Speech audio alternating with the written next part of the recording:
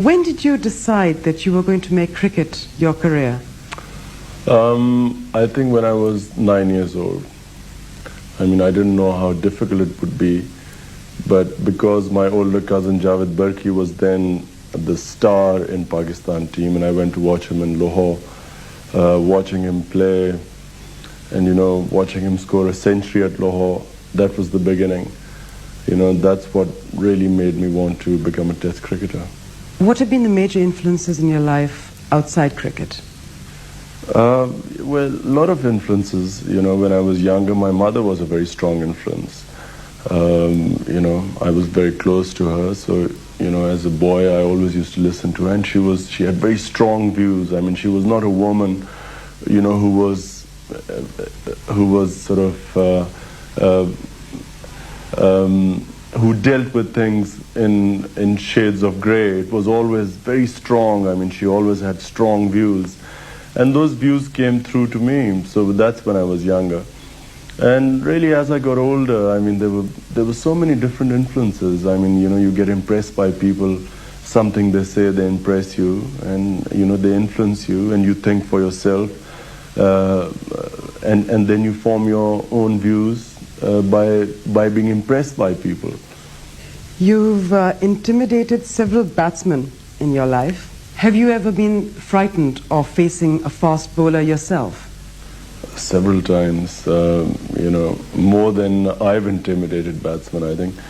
I faced some of the fastest bowlers in the world. In fact, most of my cricketing career coincided with a time in world cricket when there were the greatest number of fast bowlers, and possibly the fastest bowler ever, who was Michael Holding. And I faced him, and yes, I did feel scared from within. Tried not to show it, but I was worried that, if that ball hit me, it could do a lot of damage. What does it feel like walking into a game and knowing that it depends on you? I can tell you one thing, that it prepares you very well for life, because the crises you face in cricket and in situations like that, where there are a lot of people, there are a lot of people watching, there are great expectations because you've got a name to protect and a reputation to guard. So it puts a lot of pressure, and once you cope with those pressures, it makes it much easier in life, to face crises. Any particular anecdotes you'd like to share with us on that? There have been so many. It's a 21-year, by the way, the longest test cricket career in history since the Second World War. No one has played for 21 years, so it's a long career. I mean, I can't even begin to remember the number of times I've walked into situations where there's been an incredible amount of pressure. Can we now move to the songs that you've chosen for us? Well, first of all, let me make it clear that these songs all were at a time when I was a young boy, and I used to listen to songs then. Now I don't really, in fact, I don't enjoy the songs, film songs that much now. I mean, maybe because I've got stuck in my mind has got stuck in an era where, where I used to think the songs were much better. I don't think they're that great now. One of the films I used to enjoy a lot was, and I watched it quite a few times then, was Teesri Manzil. And, Shammi Kapoor in the film sang the songs, Oh Hasina. And I liked these because, it was in that era, it was this rock and roll type mixture. And I was young and impressionable, and I thought they were wonderful, and I used to like Shammi Kapoor. Who do you rate as the best batsman among your contemporaries?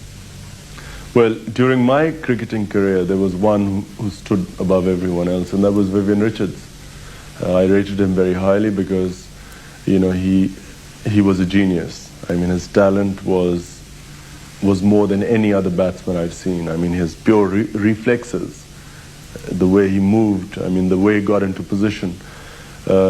He was head and shoulders above any other batsman I ever bowled to. And the other great quality was that he loved challenges. You know, I mean, what I loved about him was that he used to go in and take on fast bowlers. He loved challenges. He had a lot of pride in himself. People used to sort of, well, and bordering on arrogance. But, you know, the way he used to go on and in crises score runs. I mean, when it mattered, he was there. So he was a genius, and he stood out as the greatest batsman. And the best bowler? Bowler, well, there were two bowlers. One in terms of talent, and the other in terms of temperament. In talent, Michael Holding was the greatest. I mean, there was no one who came close to him. I mean, I remember at my peak, when I was bowling at my best, and I used to feel that, you know, there was no batsman who I would rate. I mean, I felt that no batsman could stand in front of me. But even then, sadly, I used to feel that Holding was better than me. And he was. I mean, he was a genius. But the bowler who, in terms of temperament, you know, in terms of guts and determination, in terms of being a fighter, who was the best was Dennis Lillee. I thought he was